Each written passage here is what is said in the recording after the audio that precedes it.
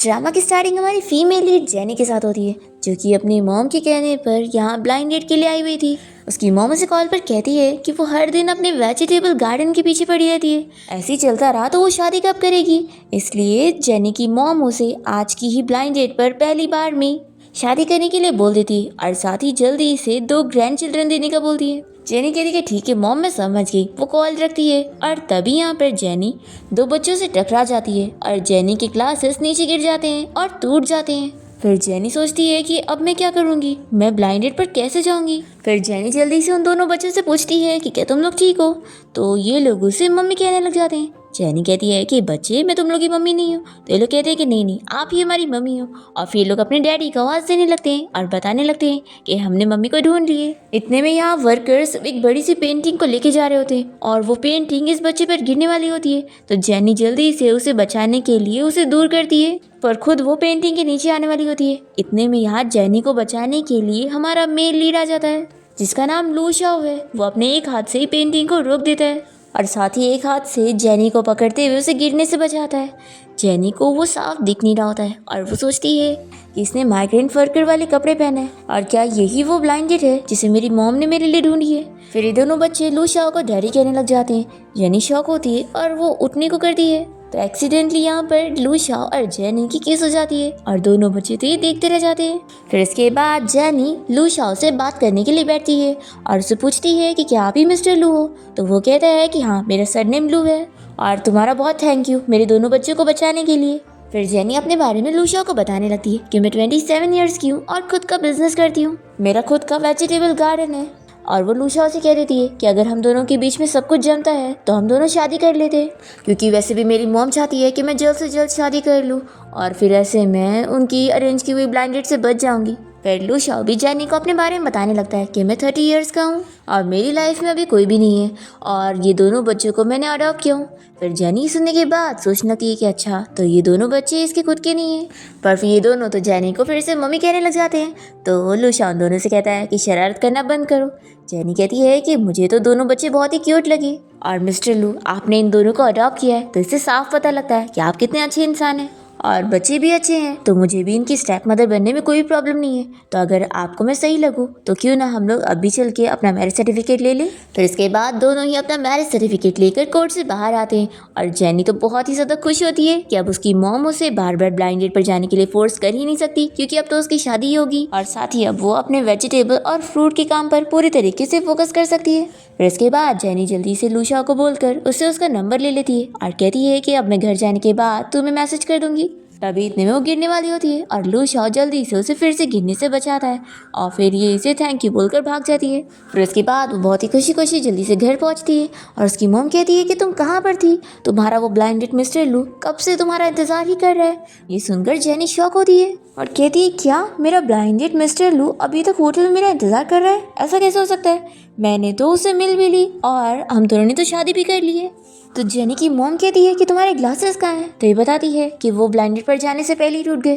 तो जेनी की मॉम कहने लगती है कि सच में तुम्हें तो कुछ दिखाई नहीं दे रहा, तुम अपनी खुद की मॉम को नहीं पहचान पा रही हो।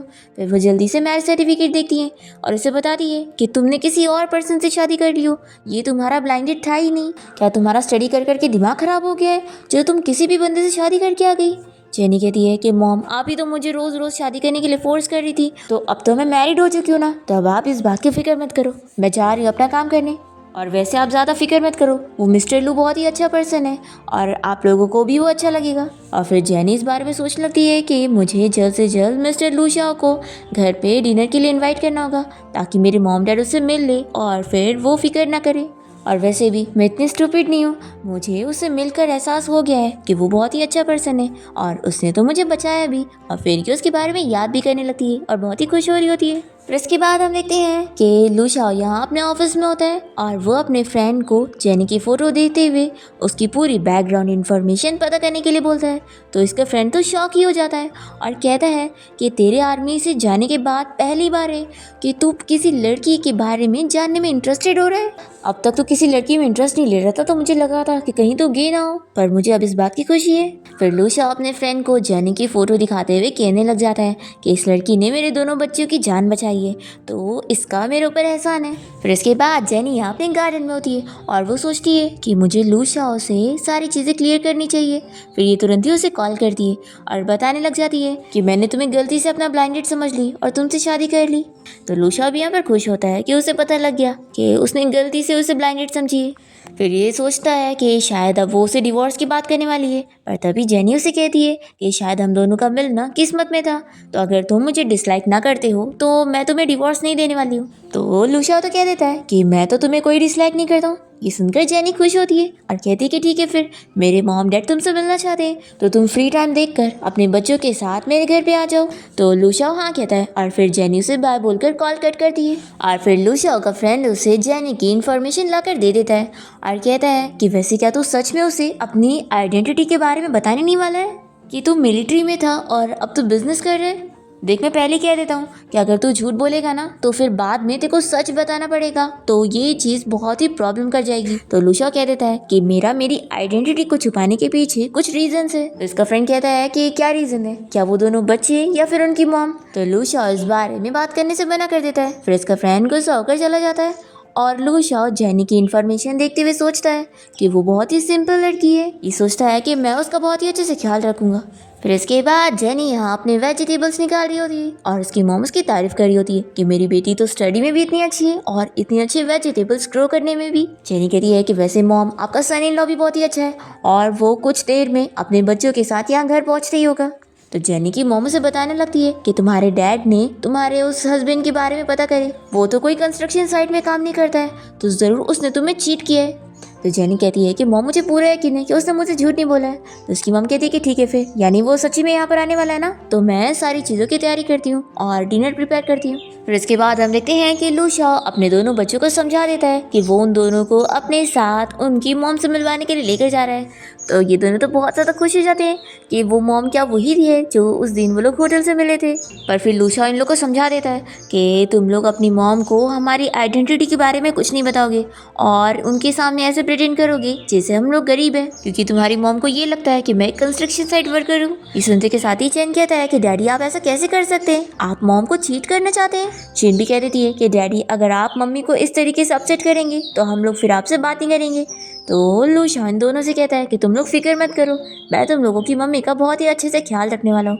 तो ये सुनकर वो लोग खुश हो जाते हैं। फिर इसके बाद लूशा जेनी को कॉल करके उसे बताता है कि मैं तुम्हारे वेजिटेबल स्टोर के सामने पहुंच चुका हूँ, तो मैं खुद अंदर आऊँ या तुम मुझे पिक करने आ रही हो। तो जेनी कहती है कि मैं आ रही हूँ और फिर वो जैसी बाहर आती है और लूशा के पास पहुँचती है तो वो फिर से गिरने लगती है और वो उसे गिरने से बचाता है और ये लोग तो बहुत ही शौक रह जाते हैं। जेनी पूछती है कि क्या तुम ही मिस्टर लूशा हो। तो वो सोचने लगता है कि हम दोनों की शादी भी हो चुकी है और ये बंदी है कि ये उसे मैं याद ही नहीं हूँ, कितनी भुलक्कड़ है मेरी वाइफ। फिर वो कहता है कि हाँ, मैं ही मिस्टर लूशा हूँ, वैसे तुम मुझे बता सकती हो तुम बार बार गिरती क्यों रहती हो। जेनी कहती है क्या पता, और हर बार मैं तुम्हारे ऊपर ही गिरती हूँ। फिर वो दोनों बच्चों से बातें करने लगती है और उनसे कहती है कि चलो अंदर चलते हैं। फिर इसके बाद जेनी लूशा और बच्चों को लेकर अपनी मॉम के पास पहुंचती है और उनसे कहती है कि ये देखो, यही आपका सन इन लॉ है। जेनी की मॉम तो लूशा को देखकर खुश हो जाती है कि ये बंदा तो फोटो से भी ज्यादा हैंडसम लग रहा है और साथ ही इसने तो बताया है कि ये कंस्ट्रक्शन साइट पे काम करता है, लेकिन इसके कपड़े तो बाकी वर्कर से बिल्कुल अलग है और ये तो बिल्कुल एक ऑफिसर की तरह लगता है, जैसे कि ये एक रिच फैमिली से हो। फिर जेनी की मॉम लूशा से पूछती है कि वो कौन सी आर्मी से है। तो वो बताता है कि अभी तो फिलहाल वो कंस्ट्रक्शन साइट पर ही काम कर रहे हैं।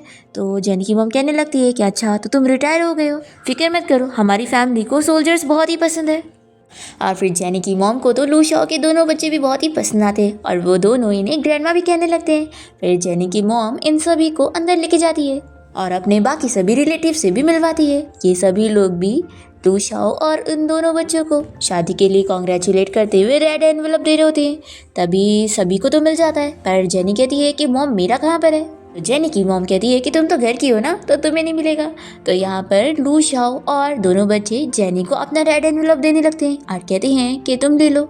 जेनी ये देखकर बहुत ही खुश होती है और तभी उसकी मॉम उसका वाला रेड एनवेलप देती है और कहती है कि मैं तो तुम्हें देने वाली थी और अब मैं यही चाहती हूँ कि तुम और लूशाओ बहुत ही अच्छी हैप्पी लाइफ बिताओ। जेनी कहती है कि मॉम आप फिक्र मत करो, मैं और लूशाओ हमेशा साथ खुश रहेंगे। फिर इसके बाद जेनी की मॉम से बात कर रही होती है कि लूशाओ ने बहुत ही जाना पहचाना लगता है और उसके डैड ने भी पता लगा है कि वो कंस्ट्रक्शन साइट पे तो काम नहीं करता है। तो जेनी की मॉम कहती है कि कहीं ऐसा तो नहीं कि वो कोई ऑर्डिनरी वर्कर हो ही ना बल्कि कोई ऑफिसर हो।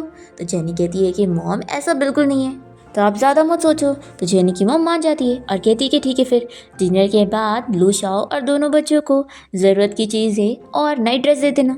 फिर हम देखते हैं कि लूशाओ जेनी से इस बारे में पूछ रहा होता है कि मैं एक वर्कर हूँ, तो क्या इस वजह से तुम्हारी मॉम मुझे डिसलाइक करती है। तो जेनी कहती है कि बिल्कुल भी नहीं, उल्टा मेरी मॉम को तो तुम बहुत ही पसंद हो और तुम उन्हें एक ऑफिसर की तरह लगते हो। तो ये सुनकर ही खुश होता है और फिर बताने लगता है कि मैं सोच रहा हूँ कि मैं यहीं शहर में शिफ्ट हो जाऊँ और अब हमारी शादी हो गई है तो मैं कोशिश करूँगा कि तुम्हारे साथ ज़्यादा से ज़्यादा टाइम स्पेंड करूँ। जेनी ये सुनने के बाद उसे देखने लगती है तो वो कहता है कि क्या हुआ, तुम मेरे साथ रोज़ नहीं मिलना चाहती हो। तो जेनी कहती है कि नहीं ऐसी बात नहीं है, बस मेरे पास टाइम ही का है, मैं तो रोज़ वेजिटेबल्स ग्रो करने में बिजी रहूँगी। फिर यहाँ पर लूशाओ जेनी को किस करने वाला होता है पर इतने में यहाँ पर दोनों बच्चों की आवाज़ आती है तो वो जल्दी से दूर हो जाता है। पर चैन और शीन मिलकर तो लूशाओ को जेनी की क्लोज करते हुए इन दोनों की किस करवा देते हैं। फिर ये लोग तो शॉक हो जाते हैं और लूशाओ कहता है कि मैंने जानबूझ के नहीं किया। जेनी कहती है कि कोई बात नहीं, हम वैसे भी मैरिड है। फिर रात में हम देखते हैं कि जेनी की मॉम उसे लूशाओ के साथ सेम रूम में सोने का बोल रही होती है ताकि दोनों की रिलेशनशिप जल्दी डेवलप हो। जेनी सोचती है कि अभी तो मैं उसे इतना अच्छे से जानती भी नहीं हूँ और मेरी मॉम है कि इतनी जल्दी मुझे उसके पास भेज दे रही है। और फिर वो मन में खुश होने लगती है कि अच्छा हुआ मेरे रूम में सोफ़ा भी है, हम दोनों को सेम बेड शेयर नहीं करना पड़ेगा। तभी जेनी की मॉम तो ये जान जाती है और कहने लगती है कि अगर तुमने लूशाओ को सोफे पर सुलाई ना तो फिर मैं तुम्हें मारूंगी। तो जेनी कहती है कि मॉम आप फिक्र मत करो। फिर रात में हम देखते हैं कि जेनी जैसे ही रूम में जाती है तो वो लूशाओ से कहती है कि मुझे तुमसे कुछ बात करनी है। ये कहता है कि मैं जानता हूँ, देखो तुम फिक्र मत करो, जब तक हम दोनों के बीच का रिलेशन और अच्छा नहीं हो जाता तब तक मैं तुम्हारे साथ डिस्टेंस मेंटेन करूँगा। तो ये सुनकर वो उसे थैंक यू बोलती है और फिर लूशाओ कहता है कि मैं जाकर सोफे पे लेट जाता हूँ। तो जेनी कहती कि नहीं इसकी ज़रूरत नहीं है, वैसे भी हमारे रूम में बच्चे हैं। फिर दोनों यहाँ पर एक दूसरे को देखते हुए ऐसे सो जाते हैं। और फिर नेक्स्ट डे हम देखते हैं कि लूशाओ को उसकी ग्रैंडमा की कॉल आती है और वो उसे बताने लगती है कि तुम्हारे डैड ने तुम्हारे लिए एक ब्लाइंड डेट अरेंज करे, तो आज ही होम टाउन आकर उससे मिल लो। तो लूशाओ कह देता है कि ग्रैंडमा आप इस ब्लाइंड डेट को कैंसिल करवा दो क्योंकि अब मैंने शादी कर लिया हूँ। तो ग्रैंडमा तो ये सुनकर शॉक हो जाती है और फिर लूशाओ पर्सनली अपनी ग्रैंडमा से मिलने जाता है और उन्हें अपनी पूरी स्टोरी सुना देता है कि कैसे जेनी ने उसे गलती से अपना ब्लाइंड डेट समझ ली थी और इससे उसे लव एट फर्स्ट साइट हो गया था, तो इसने तुरंत ही उससे शादी कर लिया। ग्रैंडमा तो ये सुनकर बहुत ही खुश हो जाती है कि तुम्हें प्यार हो गया है तो कितनी अच्छी बात है। तभी लूशाओ के डैड कहने लगते हैं कि मॉम आखिर इसमें क्या अच्छी बात है, इसने एक ऐसी लड़की ढूंढा है जो कि गाँव की है और अभी जैसा कि इसने बताया उन लोगों के पास तो कुछ भी नहीं है, आखिर वो लड़की हमारे फैमिली के लायक कैसे होगी और हमारे लूशाओ के लायक कैसे होगी। तो ग्रैंडमा कहती है कि इसमें क्या लायक की बात नहीं है, अगर हमारे लूशाओ को पसंद है तो बात यहीं पर ही खत्म होती है। पर फिर भी लूशाओ के डैड नहीं मान रहे होते और कहते हैं कि हमारा लूशाओ अब बिजनेस संभालने वाला है, आखिर ऐसे कैसे वो एक गाँव की लड़की से शादी कर सकता है, मॉम आपको समझना चाहिए। तभी लूशाओ कह देता है कि डैड मैं उस लड़की को लाइक करता हूँ और मैं उसे नहीं छोड़ने वाला। तो लूशाओ के डैड उसे चुप रहने के लिए बोलते हैं तो ग्रैंडमा इन्हें चिल्लाती है कि चुप तुम बैठो, देखो अगर तुमने मेरी ग्रैंड डॉटर इन लोग को डरा के यहाँ से भगाए ना तो फिर तो मैं तुम्हें घर से बाहर निकाल दूंगी। फिर लूशाओ के डैड चले जाते हैं और ग्रैंडमा कहने लगती है कि तुम अपने डैड की बातों को मत मानो, ये बताओ कि तुम अपनी वाइफ को घर कब ला रहे हो, मैं उससे मिलना चाहती हूँ। तो ये कहता है कि ग्रैंडमा जब वो फ्री रहेगी तो मैं उसे लेकर आऊँगा। फिर लूशियन अपनी ग्रैंडमा को बता देता है कि वैसे उसकी नज़र में मैं बस एक कंस्ट्रक्शन साइट वर्कर हूँ, तो ग्रैंडमा अगर मैं उसे लेकर आऊँगा तो आपको उसे मेरी आइडेंटिटी के बारे में पता लगने नहीं देना होगा। तो ग्रैंडमा मान जाती है कि ठीक है मैं उसके सामने एक्टिंग कर लूँगी, लेकिन देखो मैं तुम्हें समझा दूँ कि तुमने जो भी रीज़न से उसे झूठ बोले हो ये ज़्यादा देर तक कंटिन्यू मत रखना, नहीं तो फिर तुम दोनों के बीच की रिलेशन ख़राब हो सकती है। लूशा कहता है कि ठीक है ग्रैंडमा मैं समझ गया। फिर वो जब यहाँ से जाने लगता है तो उसे यहाँ पर एक लड़की मिलती है जो कि कोई और नहीं उसके डैड की अरेंज की हुई ब्लाइंडेड होती है जो कि उनकी फ्रेंड है, इसलिए अब्रॉड से आने के बाद उन्होंने उसे यहाँ पे रुकने दिया होता है। जिया यहाँ पर लूशा को बता देती है कि वो अब्रॉड से स्पेशली उसे शादी करने के लिए आई है, तो ये इसे साफ मना कर देता है कि मैं तुम्हारे साथ कोई शादी नहीं करने वाला हूँ, इसलिए अपना टाइम मेरे ऊपर मत वेस्ट करो। तो ये कहती है कि आखिर क्यों, देखो मेरे से शादी करने में तुम्हारी फैमिली को कितना फ़ायदा होने वाला है और मेरे डैड ने तुम्हारे डैड से डिस्कस कर चुके हैं और फिक्र मत करो मुझे तुम्हारे दोनों बच्चे पसंद है, मैं उनका ख्याल रखूंगी। तो ये कहता है कि देखो मेरी ऑलरेडी शादी हो चुकी है इसलिए मेरे बच्चों के नाम पर एक्सक्यूज़ ढूंढना बंद करो और अच्छा रहेगा कि तुम उनसे दूर ही रहना। और हाँ, दोबारा अगर तुमने मेरी लाइफ में इंटरफेयर करी ना तो फिर मैं तुम्हें वापस से अब्रॉड भेज दूंगा। ऐसा बोलकर ये चला जाता है। फिर रात में हम देखते हैं कि जेनी यहाँ स्टडी रूम में होती है। तभी अचानक से लूशा यहाँ पर आता है तो वो कहती है कि तुम यहाँ पर क्या कर रहे हो। तो जेनी इसे मैरिज एग्रीमेंट दिखाती है और कहती है कि देखो इसके सारे रूल्स पढ़ लो और अगर तुम्हें सही लगे तो इस पर साइन कर दो। लूशा सुनकर शॉक होता है और कहता है कि आखिर इस एग्रीमेंट की क्या ज़रूरत है। तो जेनी उसे बताने लगती है कि उसने अपना बिजनेस करने के लिए बहुत सारा उधार वगैरह लिए और उसने ये एग्रीमेंट इसलिए बनवाई है ताकि वो अपना उधार खुद भरेगी और इसे भरने की ज़रूरत नहीं है।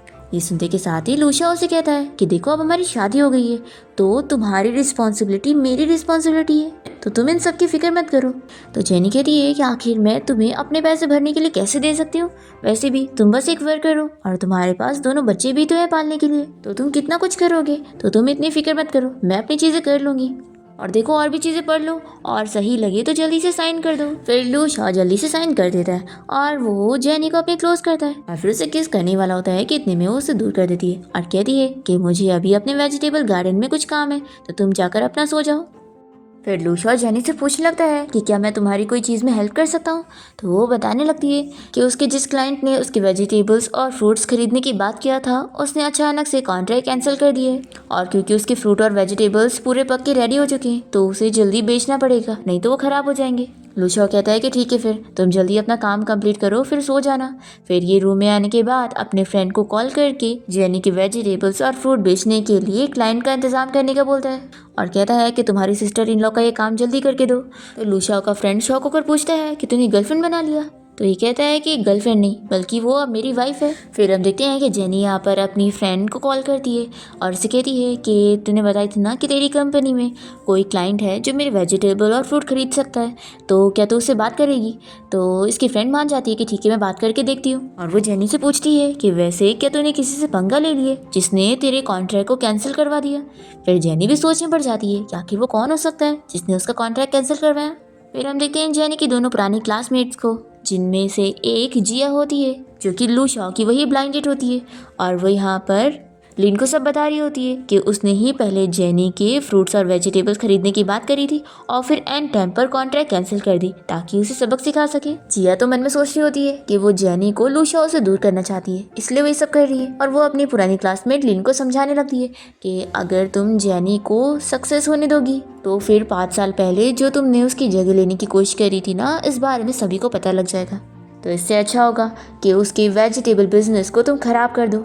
फिर रात में हम देखते हैं कि जेनी को फिर से यहाँ पर मैसेज आता है कि उसके और 2 बायर ने उसके साथ कॉन्ट्रैक्ट कैंसिल कर दिए। वो अपसेट होकर इस बारे में जब लूशा को बताती है तो वो कहता है कि कहीं ऐसा तो नहीं कि कोई तुम्हें जानबूझ के टारगेट कर रहा है। तो जेनी कहती है कि हो सकता है, वैसे भी कॉलेज टाइम में मेरी 2 दुश्मन हुआ करती थी जिनमें से एक तो अब्रॉड चली गई थी और दूसरी लिन थी, तो शायद इन सब के पीछे उन्हीं लोग कहा। तो लूशा कहता है कि तुम फिक्र मत करो, क्या पता कल तुम्हें फिर से कोई गुड न्यूज़ सुनने मिले। फिर रात में हम देखते हैं कि लूशा अपने फ्रेंड को कॉल करके समझा देता है कि कल कैसे उसे जेनी को कॉल करके उसे सारे उसके वेजिटेबल्स और फ्रूट्स खरीदने की बात करनी है ताकि उसका फ़ायदा हो सके और उसे ये पता भी नहीं लगने देना है कि इन सब के पीछे इसी का हाथ है, नहीं तो फिर वो बहुत ही गुस्सा हो जाएगी अगर उसे उसकी आइडेंटिटी अभी पता लगेगी तो। और फिर हम देखते हैं कि जेनी के वेजिटेबल्स और फ्रूट्स जो भी लोग खरीदने वाले थे वो सभी यहाँ पर आकर उसके साथ कॉन्ट्रैक्ट कैंसिल कर देते हैं और जेनी का बहुत सारा नुकसान करवा के चले जाते हैं। पर इतने में जेनी को यहाँ पर लूशा के फ्रेंड की कॉल आ जाती है जो कि इसके बहुत सारे वेजिटेबल और फ्रूट खरीदने की बात करता है, वो भी बहुत सारे पैसे में। तो जेनी तो बहुत ज़्यादा खुश हो जाती है और फिर वो तुरंत ही लूशा को हक करके इस बारे में गुड न्यूज़ सुनाती है और कहती है कि मुझे अपनी बेस्ट फ्रेंड को इस बारे में थैंक यू बोलना पड़ेगा, मैंने उसे भी बोली थी और उसने मेरा काम करवा दी। तो लूशा कहता है कि हाँ तुम्हें उसे अच्छे से थैंक्स बोलना चाहिए। फिर वो यहाँ पर जेनी को किस करने वाला होता है कि इतने में फिर से जेनी को उसकी फ्रेंड की कॉल आ जाती है और वो उसे थैंक्स बोलने लगती है। तो जेनी की फ्रेंड बताती है कि हाँ अगर तुम्हारा काम हो गया है तो बहुत अच्छी बात है। और जेनी की फ्रेंड उसे उस बारे में भी बताती है कि तुम्हारी जो दोनों दुश्मन थी उन लोगों ने कल क्लास रियूनियन पार्टी रखी है। फिर जेनी अपसेट हो जाती है और लूशा को इस बारे में बताती है कि कल मेरी क्लास रियूनियन पार्टी है तो क्या तुम मेरे साथ चलोगे। लूशा कहता है कि मैं बस एक वर्कर हूँ, तो क्या तुम्हें मेरे साथ चल के एम्बैरेस फील तो नहीं होगा। ये कहती है कि बिल्कुल नहीं। और तुम ये भी फिक्र मत करो, अगर तुम्हें कोई कुछ बोलेगा ना तो मैं हूँ तुम्हें प्रोटेक्ट करने के लिए। तो लुशाओ मान जाता है कि मैं तुम्हारे साथ चलूँगा। और फिर हम देखते हैं यहाँ पर लिन और जिया को, जो कि साथ में मिलकर डिस्कस कर रहे होते हैं कि उन लोगों ने क्लास रियूनियन पार्टी का अरेंजमेंट कर दिए और वहाँ पर वो लोग जेनी की अच्छे से बेइज्जती करेंगे कि वो इस शहर को छोड़कर चली जाएगी। फिर रात में हम देखते हैं कि लुशाओ यहाँ पर जेनी के लिए ड्रेस और ज्वेलरी लेकर पहुँचता है। तो उसे ये बहुत ही पसंद तो आता है, पर वो उसे कहती है कि तुम्हें इतनी महंगी चीज़ें खरीद कर पैसे वेस्ट नहीं करने चाहिए थे। देखो अभी बच्चों के ट्यूशन फीस के लिए भी तो पैसे भर रहे हैं ना, और मेरे पास तो तुम लोग हो, तो मैं ऐसे ही बहुत ही खुश हूँ, इन सब चीज़ों की ज़रूरत नहीं। फिर नेक्स्ट डे देखते हैं कि लुशाओ जेनी के साथ मिलकर होटल पहुँचता है जहाँ पर क्लास रियूनियन पार्टी होने वाली है। जेनी की फ्रेंड पहले से इन लोग का वेट कर रही होती है और वो जेनी की ड्रेस की तारीफ करती है। तो जेनी बताती है कि ये लुशाओ ने उसके लिए खरीदा है। तभी इतने में लुशाओ यहाँ पर अपने फ्रेंड्स को देख लेता है और इन लोगों से कहता है कि रुको मैं भी आता हूँ, और वो जाकर अपने फ्रेंड्स को बता देता है कि वो उसकी वाइफ है। इसलिए वो इन लोगों से कह देता है कि तुम लोग मेरी वाइफ के सामने प्रिटेंड करना कि तुम लोग मुझे जानते नहीं हो। अगर मेरी वाइफ को मेरी आइडेंटिटी पता लगी ना तो वो मुझे डिवोर्स ही दे देगी। फिर उसके बाद लुशाओ जेनी और उसकी फ्रेंड को लेकर क्लास रियूनियन पार्टी में जाता है और यहाँ पर हम देखते हैं कि लिन इन लोग से बहुत सारे सवाल वगैरह करी होती है और वो लुशाओ के बारे में भी जानने की कोशिश करती है कि क्या वो बस एक नॉर्मल सा वर्कर है। वो जेनी से पूछती है कि वैसे तुम्हारी ड्रेस इतनी महंगी है, आखिर तुमने ये अफोर्ड कैसे करी। तो जेनी बता देती है कि ये उसके हस्बैंड ने उसे दिलाया।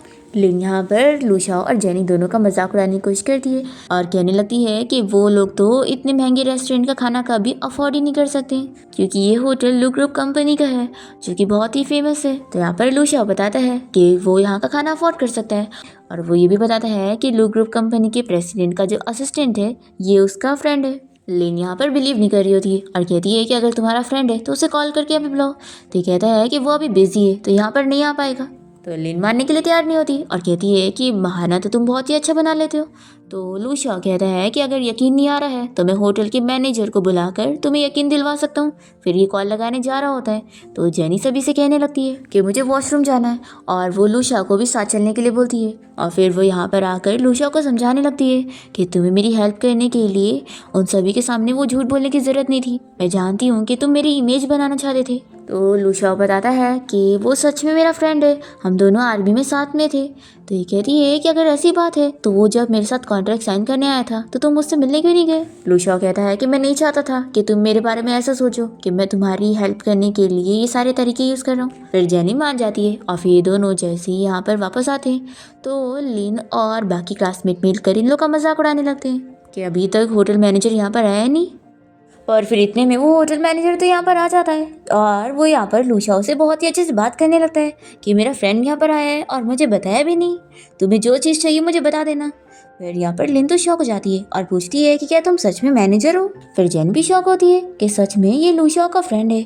फिर क्लास रियूनियन पार्टी के बाद जब ये लोग बाहर आते हैं तो जेनी से पूछने लगती है कि आखिर तुमने उस होटल मैनेजर को बुलाया कैसे। तो लुशाओ से सच बताने लग जाता है कि एक्चुअली में वो लू ग्रुप कंपनी का सीईओ है। पर जेनी इस बात पर यकीन नहीं करती है और कहने लगती है कि देखो ऐसा मजाक मत करो।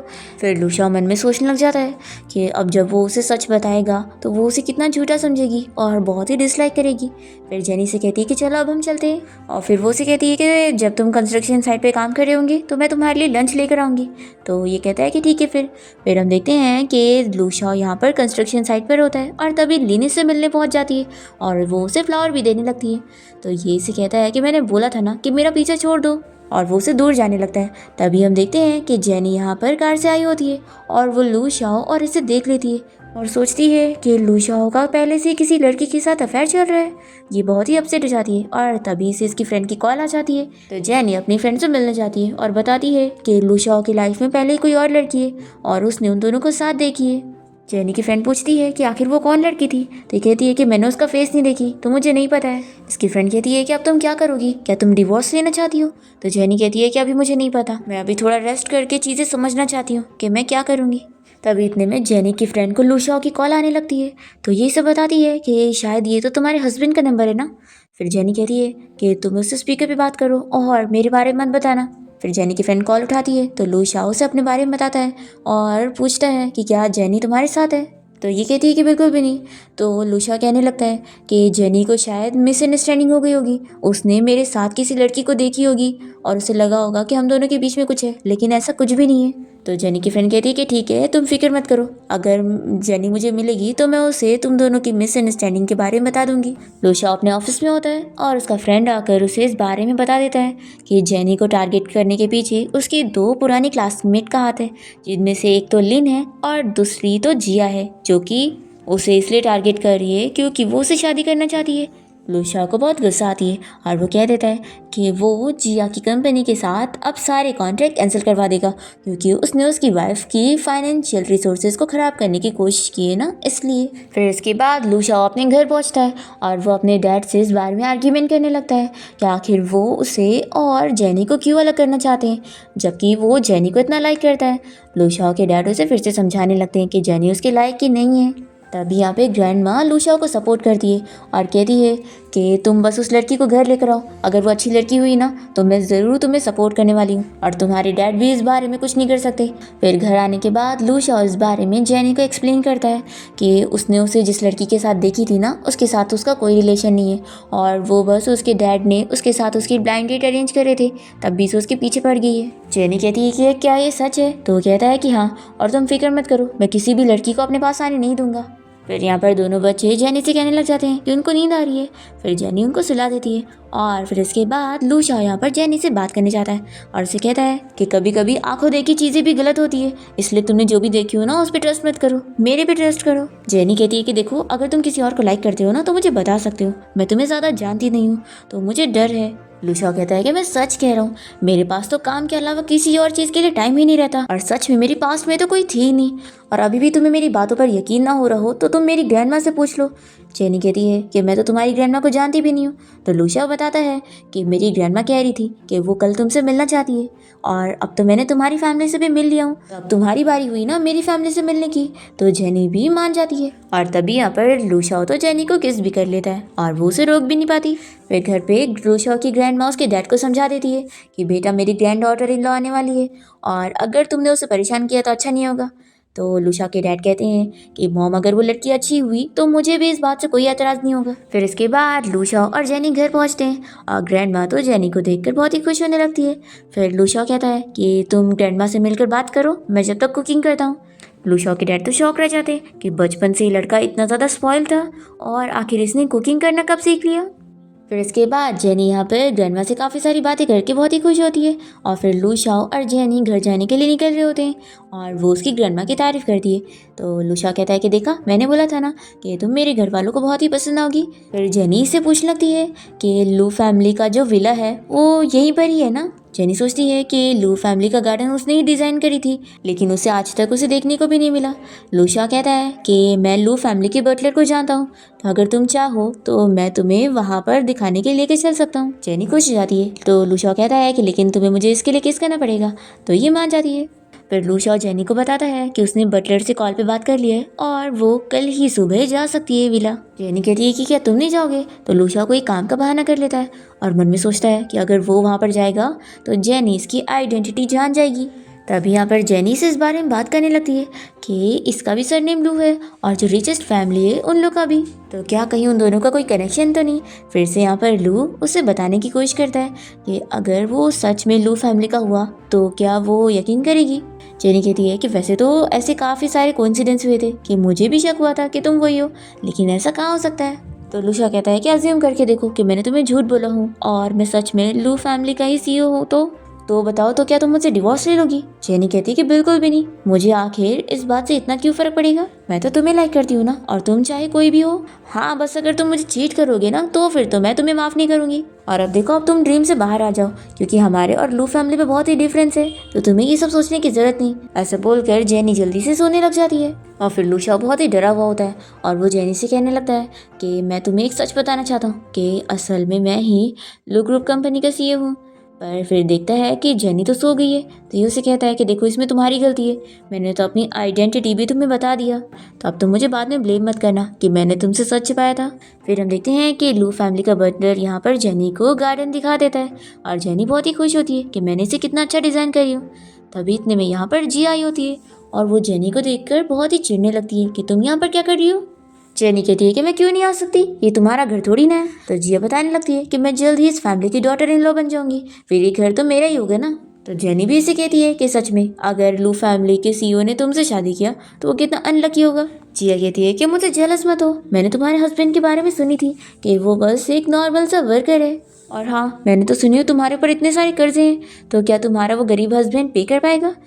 जेनी कहती है कि अपना कर्जा मैं खुद भर लूंगी, मेरे हस्बैंड को पे करने की जरूरत नहीं। ऐसा बोलकर ही जा रही होती है। तो जिया जल्दी से इसे रोकती है और कहती है कि मैं जानती हूँ कि तुम्हारे पास बिल्कुल भी पैसे नहीं होंगे और तुम्हारी लाइफ अच्छी नहीं चल रही है, तो ये लो, मेरी तरफ से पैसे रख लो और अपना सारा कर्जा भर लो। जेनी इसका कार्ड फेंक देती है और कहती है कि अच्छी बनने की एक्टिंग करना बंद करो। तुम्हें क्या लगता है कि तुम ये सब नाटक करके पुरानी जो भी चीज़ें करी हो वो मुझे भुला दोगी? बिल्कुल भी नहीं। तुमने मेरी डिज़ाइन चोरी करी थी और उल्टा मेरे ऊपर झूठा इल्ज़ाम लगाकर मुझे ही बदनाम करी थी। जिया कहती है कि तुम मेरा कुछ नहीं बिगाड़ सकती क्योंकि तुम्हारे पास कोई एविडेंस नहीं है और कोई भी तुम्हारी बात पर बिलीव करेगा ही नहीं। और हाँ, मैं तुम्हारे ऊपर यहाँ टाइम की वेस्ट कर रही हूँ। फिर ये यहाँ पर बटलर को बुलाने लगती है कि सिक्योरिटी गार्ड को बोलकर इस लड़की को यहाँ से बाहर निकलवाओ। तो बटलर बताता है कि मिस जेनी यहाँ की गेस्ट है तो मैं इन्हें नहीं निकाल सकता हूँ। तो जिया ये सुनकर शॉक होती है और बटलर से पूछती है कि किसकी गेस्ट है। तो बटलर बताता है कि ओल्ड मैडम की। जिया जेनी से पूछने लगती है कि तुम आखिर लू फैमिली की ओल्ड मैडम को कैसे जानती हो। जेनी से नहीं बताती और यहाँ से चली जाती है। फिर हम देखते हैं कि जिया यहाँ पर लू शाओ की ग्रैंडमा से बात करने जाती है क्योंकि वैसे भी वो उन्हें बचपन से ही जानती है। वो उनसे पूछने लगती है कि आप जेनी को कैसे जानती हो, आपको पता भी है उसने मेरा डिज़ाइन चोरी करी थी और कॉलेज में मेरा नाम खराब करने की कोशिश करी थी, पर फिर सभी को पता लग गया था और उसे कॉलेज से निकाल दिया गया था। फिर हम देखते हैं कि जेनी को यहाँ अपसेट देखकर लूशा उसे पूछता है कि तुम्हें क्या हुआ है। तो ये कहती है कि कोई नहीं, आज बस किसी पुरानी क्लासमेट से मिली थी इसलिए मूड अच्छा नहीं है। लूशा इसे कहता है कि देखो हम लोग हस्बैंड और वाइफ हैं तो तुम्हें मुझे सारा सच बताना चाहिए कि तुम्हें क्या चीज़ परेशान करी है। तो जेनी इसे बताती है कि ये कॉलेज टाइम की बात है कि उसकी पुरानी क्लासमेट जिया जो थी उसने उसकी डिज़ाइन चोरी कर ली थी और आने वाले कंपटीशन में जेनी को वो डिज़ाइन सबमिट करने थे, पर इस बात से उसके टीचर काफ़ी नाराज़ हो गए थे जो कि कोई और नहीं, जिया के डैड थे। जिया शेन को बताती है कि मैंने कोई एविडेंस नहीं ढूंढ पाई और अपने आप को प्रूव ही नहीं कर पाई कि मैंने कोई डिज़ाइन नहीं चोरी करी और फिर मुझे कॉलेज से ड्रॉप आउट होना पड़ा। और जेनी ने फिर मेरे खिलाफ पोस्ट भी कर दी और फिर पब्लिक ने भी मेरे खिलाफ बहुत बुराई करी। और फिर वो लूशा से पूछती है कि क्या तुम्हें मुझ पर बिलीव है कि मैंने कोई डिज़ाइन चोरी नहीं करी। तो ये कहता है कि हाँ, मुझे तुम पर यकीन है। फिर नेक्स्ट डे लूशा अपने फ्रेंड को चिल्लाता है कि तुमने जेनी के बारे में ये सब इन्वेस्टिगेट करो कि इतनी मेन चीज़ तो रह ही गई कि उसके ऊपर डिज़ाइन चोरी का इल्ज़ाम लगा था, तुमने मुझे इस बारे में पता करके बताया नहीं। तो इसका फ्रेंड कहता है कि मैं कैरी कह सकता हूँ, किसी ने जानबूझ के सारी इन्फॉर्मेशन निकाल दिया था क्योंकि ये 5 साल पहले की बात है। फिर लू शाओ जेनी की सारी डिज़ाइन देखते हुए कहने लगता है कि मुझे तो पता ही नहीं था कि मेरी वाइफ इतनी अच्छी डिज़ाइनर भी है। फिर दूसरी तरफ हम देखते हैं कि लिन की कंपनी को प्रॉब्लम पहुंचती है तो वो जिया को हेल्प करने के लिए बोलती है, पर जिया सोचती है कि अब तो ये मेरी कोई काम की नहीं रही और वो उसे साफ मना कर देती है कि वो उसकी कोई हेल्प नहीं कर पाएगी। तो लिन चिल्लाने लगती है कि मैंने तुम्हारे कहने पर इतना काम करी और अब तुम मुझे धोखा दे रही हो। देखो, तुम भूलो मत कि मेरे पास तुम्हारे खिलाफ एविडेंस है कि तुमने ही जिया की डिज़ाइन चोरी करी थी और उसके ऊपर झूठा इल्ज़ाम लगाई थी। तो जिया मान जाती है कि ठीक है, तुम फिक्र मत करो, मैं तुम्हारी कोई हेल्प करती हूँ। फिर इसके बाद हम देखते हैं कि जेनी को उसकी फ्रेंड की कॉल आती है और वो उसे बताती है कि उसे अपनी कंपनी की तरफ से एक पार्टी में जाना है, तो वो चाहती है कि वो भी उसके साथ चले। तो जेनी इसके लिए मान जाती है क्योंकि पिछली बार उसने भी उसकी हेल्प की थी। फिर इसके बाद जब ये लोग यहाँ पार्टी में पहुँचते हैं तो जेनी को यहाँ पर जिया के डैड भी मिल जाते हैं जो कि उसके टीचर थे और उन्होंने भी जिया के लिए उसके ऊपर डिज़ाइन की चोरी का इल्ज़ाम लगा दिए थे जबकि उनकी बेटी ने डिज़ाइन चोरी करी थी। अब जेनी यहाँ पर अपने इस टीचर को टॉन्ट मारने लगती है तो वो भी यहाँ पर इसे देखकर खुश नहीं होते। तभी यहाँ पर जिया भी आ जाती है और वो जेनी से आर्ग्यूमेंट करने लगती है। तो जिया के डैड इस चीज़ को रुकवाते हैं और वो जिया को यहाँ से लेकर जाते हैं और फिर वो घर आने के बाद जिया को समझाते हैं कि अगर वो लोगों के सामने ऐसे आर्ग्यूमेंट करेगी तो सभी को उस पर शक हो जाएगा और पता लग जाएगा कि डिज़ाइन उसने ही चोरी करी थी और उसने जेनी के ऊपर झूठा इल्ज़ाम लगाई है। जिया कहती है कि डैड, मुझे गलती हो गई, आप मुझे माफ़ कर दो। वैसे आप ये बताओ कि लास्ट टाइम वो लू फैमिली के भी घर पहुँच गई थी और अब यहाँ पार्टी में पहुँच गई, तो कहीं वो पुरानी चीज़ें सभी को बता तो नहीं देगी। तो इसके डैड कहते हैं कि अब तुम्हें डर लग रहा है, मैंने तुम्हें पहले ही बोला था कि सारी हरकतें मत करो, नहीं तो बाद में तुम नुकसान में पड़ोगी। तो कहती है कि डैड, मैं आपकी सगी बेटी हूँ ना, प्लीज़ मेरी हेल्प कर दो। इसके डैड कहते हैं कि फिक्र मत करो, मैंने सारे क्लूज़ को पहले डिस्ट्रॉय कर चुका हूँ, तो तुम बस बार बार इस चीज़ को मेंशन मत किया करो, फिर तुम कभी नहीं फंसोगी। तो ये खुश हो जाती है। और फिर वो अपने डैड से कहती है कि वैसे इन सब की जो विटनेस थी हमें उसे थोड़ा पैसा खिलाकर उसका मुंह बंद करवा देना चाहिए ना। तो इसके डैड कहते हैं कि मैंने बोला ना तुम इन सब चीज़ों में मत पड़ो। फिर जिया अपने डैड को उसकी और लू शाओ की शादी के बारे में जल्दी से बात करने के लिए बोलती है। और फिर हम देखते हैं कि जिया अपने एक पुराने क्लासमेट से मिलने जाती है और उसे जेनी को सबक सिखाने के लिए बोलती है। तो हम देखते हैं कि क्लासमेट तो यहाँ जेनी के पास पहुंच जाता है कुछ गुंडे को लेकर उसे परेशान करने के लिए। पर फिर इतने में यहाँ पर जिया को प्रोटेक्ट करने के लिए लो शाओ पहुंच जाता है और वो इन गुंडों से फाइट करता है। फिर इस सभी यहाँ से डर के भाग जाते हैं और जेनी लू शाओ से पूछने लगती है कि तुम फाइटिंग में इतने अच्छे कैसे हो। तो लू शाओ कहता है कि तुम इन सब की फिक्र मत करो, अगली बार तुम कभी खतरे में पड़ो ना तो सबसे पहले तुम मुझे ही बताना। तो जेनी मान जाती है और फिर लू शाओ से किस करता है। और फिर इसके बाद लू शाओ अपने ऑफिस में होता है और अपने फ्रेंड को इस बारे में बताने लगता है कि आज जेनी को अटैक करने के लिए कुछ गुंडे आए थे और उन सब के पीछे जिया का हाथ था।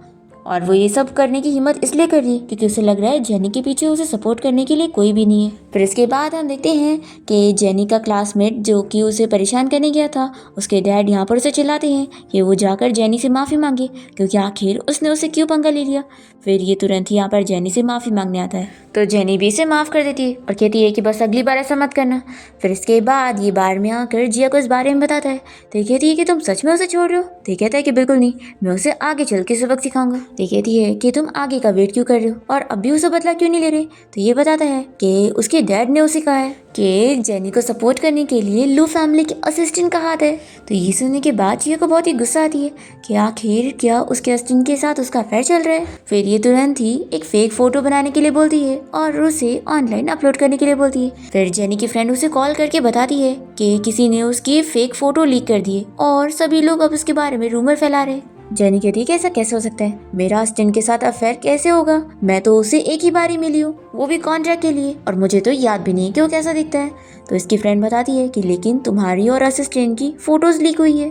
जेनी की फ्रेंड उसे कहती है कि देखो मुझे तो डर है कि तुम्हारी फैमिली यानी कि तुम्हारा हस्बैंड इस बारे में क्या सोचेंगे। दूसरी तरफ हम देखते हैं कि लू शाओ यहाँ पर अपने असिस्टेंट यानी कि अपने फ्रेंड से इस बारे में पूछता है कि मैंने सुना कि तुम्हारा मेरी वाइफ के साथ अफेयर चल रहा है। तो ये कहता है कि बिल्कुल भी नहीं। तो लू शाओ कहता है कि डरो मत, मुझे यकीन है।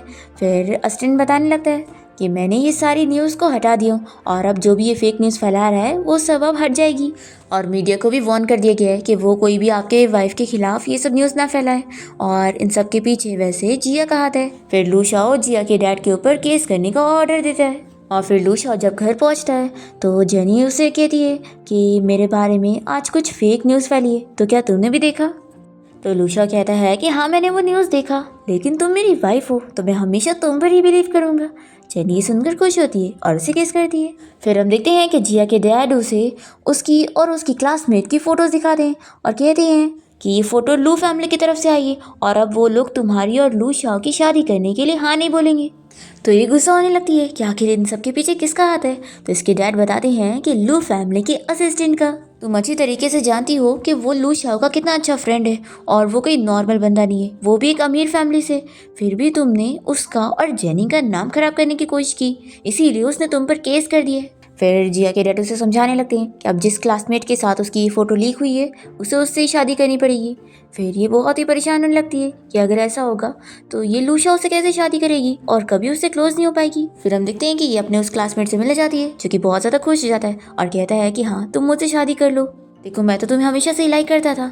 तो ये सुनकर ही खुश हो जाती है कि अब ये इसका अच्छा यूज़ कर सकती है। फिर इसे कहती है कि अगर तुम मेरा काम करोगे तो मैं तुमसे शादी करने के लिए रेडी हो जाऊंगी। फिर हम देखते हैं कि जिया इसकी मदद से इसके गुंडे को बोलकर जेनी को यहाँ पर पकड़वा लेती है और फिर दोनों के बीच में यहाँ पर आर्ग्यूमेंट होने लगता है और तभी यहाँ पर जेनी को प्रोटेक्ट करने के लिए लू शाओ पहुँच जाता है और उसे यहाँ से लेकर जाता है। फिर हम देखते हैं कि जिया को बहुत गुस्सा आती है और वो जेनी को बात करने के लिए बुलाती है और उसे इस बारे में बता देती है कि लू शाओ कैसे उसे अपनी आइडेंटिटी छुपा रहा है और वो उसे लाइक करता ही नहीं है और वो बस उसके साथ खेल रहा है। जेनी ये सुनकर अपसेट होती है और मन में सोचती है कि अगर ये बात सच हुई और अगर वो सच में उससे डिवोर्स लेना चाहता होगा तो ये डिवोर्स ले लेगी और उसके बच्चों की कस्टडी लेकर उन्हें संभालेगी।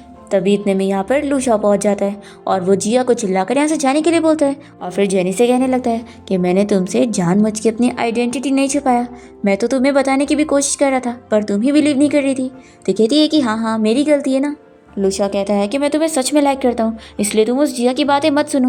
ये कहती है कि तुमने बहुत ही अच्छी एक्टिंग करी, तुम्हें तो ऑस्कर मिलना चाहिए। और हाँ, मैं अच्छी तरीके से जानती हूँ कि हम दोनों एक दूसरे के लिए सही नहीं है, तो हमारा डिवोर्स लेना ही बेहतर है। तो ये कहता है कि ऐसा नहीं है, मैं तुम्हें बहुत ज़्यादा लाइक करता हूँ और हम दोनों एक दूसरे के लिए बहुत ही अच्छे मैच है। जेनी कहती है कि मुझे अभी तुम्हारी कोई बात नहीं सुननी है और मुझे अकेला रहना है। ये बोलकर वो चली जाती है और फिर लू शाओ अपनी ग्रैंडमा से बात करने आता है, जो कि उसे समझाती है कि उसे जेनी को चेज करना चाहिए और उसे मनाना चाहिए, तभी तो वो मानेगी ना। तो फिर लू शाओ जेनी के पीछे लग जाता है और फिर इतनी कोशिशें करने के बाद उसे मना के ही मानता है। फिर जेनी भी मान जाती है और ये बताता है कि ग्रैंडमा तुम्हें हर रोज़ मिस करती है। तो जेनी कहती है कि सिर्फ ग्रैंडमा? तो कहता है कि मैं भी और बच्चे भी। फिर लू शॉ जेनी का नेम भी क्लियर करने में उसकी हेल्प करता है और लिन भी एविडेंस देने के लिए तैयार हो जाती है कि जेनी ने कोई चीटिंग नहीं करी थी और उल्टा जिया ने उसके ऊपर झूठा डिजाइन चोरी का इल्जाम लगाई। और फिर हम देखते हैं कि फाइनली जेनी और लू शॉ की ग्रैंड वेडिंग होने जा रही होती है और तभी यहाँ पर जेनी की फ्रेंड आकर उन लोगों से बताती है कि स्टेज पर सभी लोग उन लोग का इंतजार कर रहे हैं। फिर चैन और शीन इन दोनों का हाथ पकड़ लेते हैं इन दोनों को स्टेज पर ले जाने के लिए और इसी के साथ इस ड्रामा की हैप्पी एंडिंग हो जाती है।